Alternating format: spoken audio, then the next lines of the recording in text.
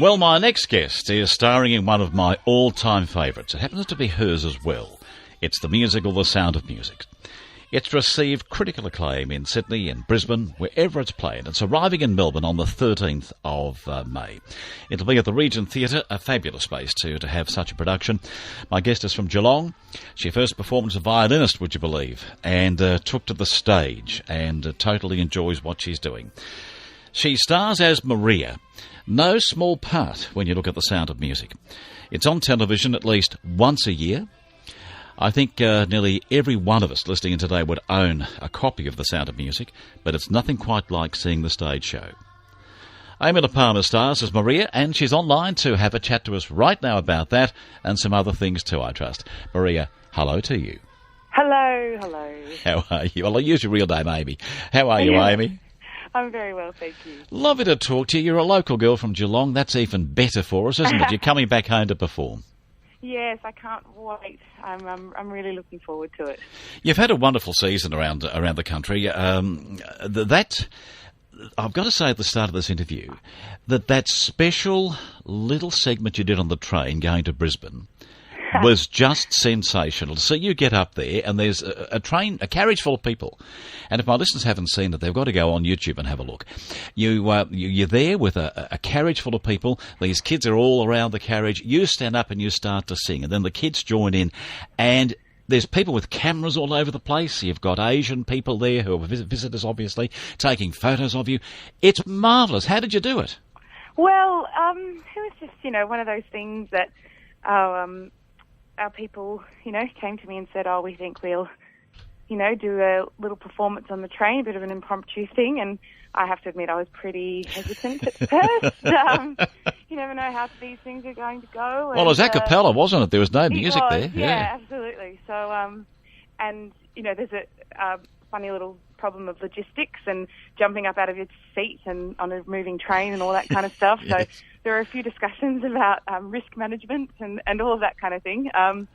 And also, what time of day was best and all the rest of it. But however it worked out, it seemed to, really kind of hit a good nerve, I guess, of people. People really responded to it so positively and thought it was a really lovely kind of injection of good, particularly in a week that I think, in the news cycle was not the greatest. It wasn't a good one, was it? No. Yeah, no. So having a positive experience on public transport, I think we might have timed that, obviously not intentionally, but I think it was really received well because of that. An impromptu, that's right. It appeared on the Channel 7 News, I remember, and it was just fantastic. Of course, your background is a musical family too, because I think your siblings played organ from memory, and your dad leads a choir. Yeah. My dad's led the local church choir for many years. I'm going to say over 45 years, and no one was a very serious musician, I have to admit, on their behalf. I think they'd said the same.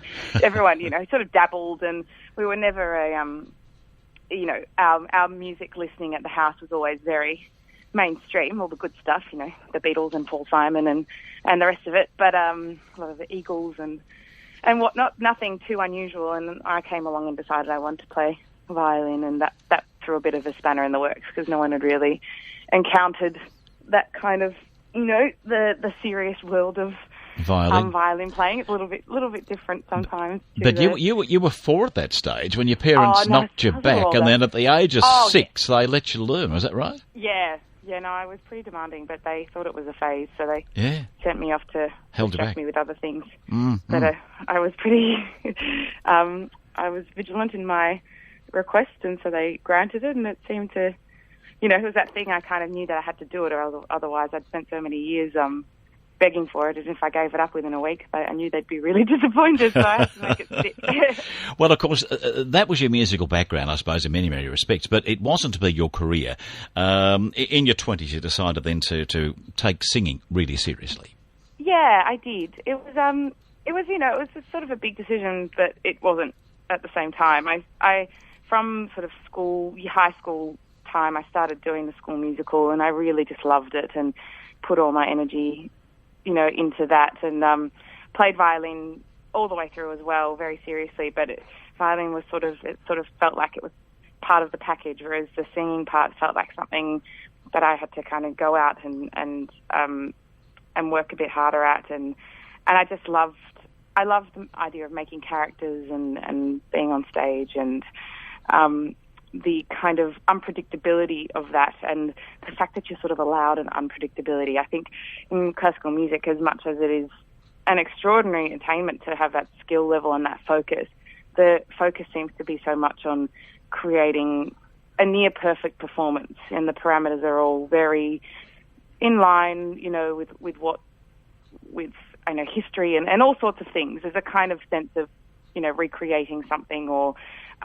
attaining a certain kind of perfection. Whereas I think what I love about theatre is, while yes, you want all of those parameters to be in place, you still are allowed a little kind of extra something else that can kind of dive in when you least expect it. And I really value that, I think, about this theatre performance. Amy, it was my grandmother many moons ago when I was about 5, who would take me along to pantomime in Melbourne. We used to have a theatre called the Tivoli, Yes. and it was in Burke Street, and it burnt down over the years, and it was very, very sad. But that was my introduction to theatre in those days, and I thank her because she really took us along every Christmas time to this pantomime. And I'm bringing that in because you, at the age of 5, saw your first production too, and that was Joseph and the amazing Technicolor Dreamcoat. What impression did that leave on you? Oh, I remember it really distinctly. I remember the whole day. We went to the Arts Centre in Melbourne. I remember the lavish red carpet everywhere, and just the excitement of it all. We caught the train up from Geelong. It was a big day. Yeah. But I just remember, all you can remember then is, I guess, colour and movement. But I was really struck by it. I was really struck by the sounds and the engagement that, the audience had, and particularly with that show. I mean, that show is a little bit pantomime-y. I guess it's, kind of that British tradition with the narrator and all the rest of it. And I loved the narrator character, and I loved that interaction that everybody had, and the wink, I guess, that show does have as well with the audience. It's not really taking itself too seriously. So, yeah, it was a really wonderful introduction, I think. Well, it was a bit like Rocky Horror, because you were in Rocky Horror too, weren't you? And that's a bit of a wink, isn't it? Yeah, I was. Yeah. Yeah. Now, tell me what it's like studying to be Maria. Now, what did you have to do to, first of all, to be cast in Maria, or as Maria, and what did you have to do to really take on that genre? Well, yeah, it was an interesting one, because I grew up with the film, adoring the film, and I guess, idolising just the musicality of the film as well, the way that it's so seamless and beautiful, and it just really creeps up on you in the movie. You forget that they're actually singing, because it's just a part of the whole so much. It's really beautifully directed, and not all movie musicals achieve that. And I think The Sound of Music really does make music so much a part of the story that you don't really feel like you're being pulled and pushed, as sometimes songs can do, and I think that's one of its great achievements. So I grew up, really loving it, but, a strong diet of a whole bunch of other things.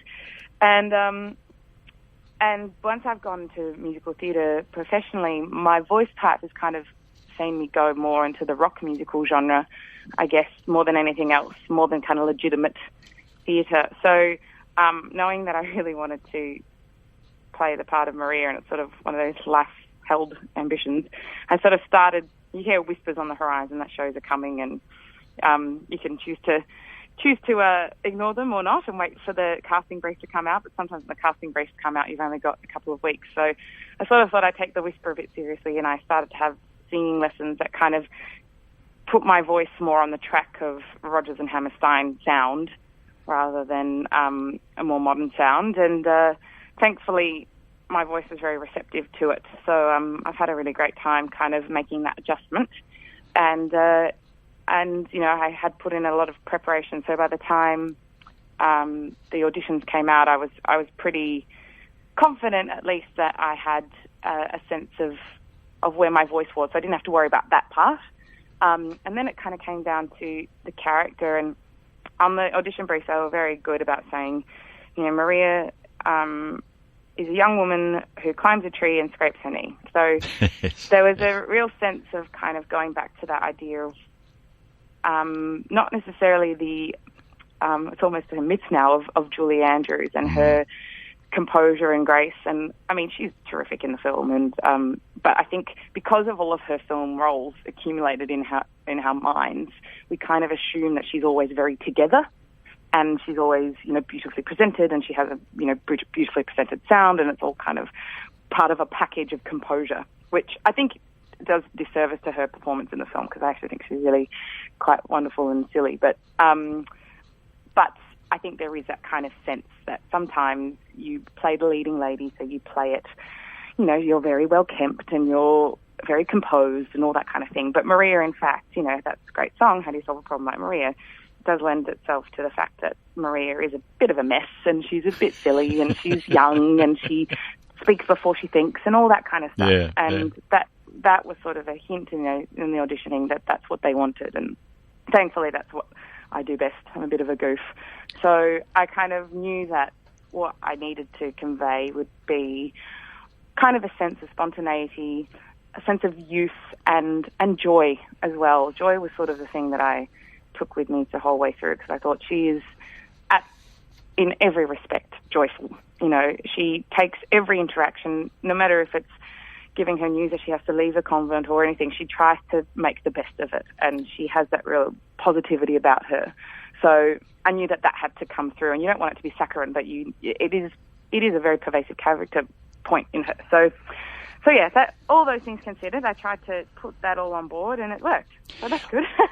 so what do you prefer? Do you prefer stage or television? You've been in Winners and Losers, House Husbands, and so on. And I think there's that funny thing, you know. You always think the other thing the thing you're not doing is always got an allure to it because it's the unknown. And I think the thing that when we do musicals and we do 8 shows a week, and we perform to, you know, great big houses, but the audience that you get on television is kind of extreme. You know, the numbers are significant, right. And the cut through that you get with the public and things like that is also really great. So you do just get so much more exposure when you've been on television, and then that in turn can then help your theatrical career. So it's a sort of thing where you want I guess, have your cake and eat it too, really, because I love performing on theatre, but I love the possibility of television and what it can do, and I guess the fact that you are doing something different every day is a very different very, very different challenge, and the intimacy of the performance and all that kind of thing is something that I guess you do crave after a while of playing to big houses and things. So, well, Amy, I can't wait to see you on stage here in Melbourne region. It's going to be fantastic. You're opening on the 13th of May, and you're a lovely lady. I followed your career quite a bit on television and so on, and I just can't wait to see you in Sound of Music. So I do wish you well. I know it's continuing up north. You're in, Sydney at the moment, aren't you? No, we're in Brisbane now. You're still in Brisbane now? Okay. So you're coming straight from Brisbane down to here, and coming to the Regent Theatre. It's a great space, as you know, having lived down here. And we can't wait to see you on stage. Good on you. And I hope we can meet you backstage afterwards. Oh, absolutely. Thanks, Amy. Take care. Take care. Okay, Thank bye-bye you. to you. There she is, the lady who's playing Maria in The Sound of Music. And she'll be with us on the 13th of May. If you haven't booked already, go and see her. Amy Lehpamer and The Sound of Music.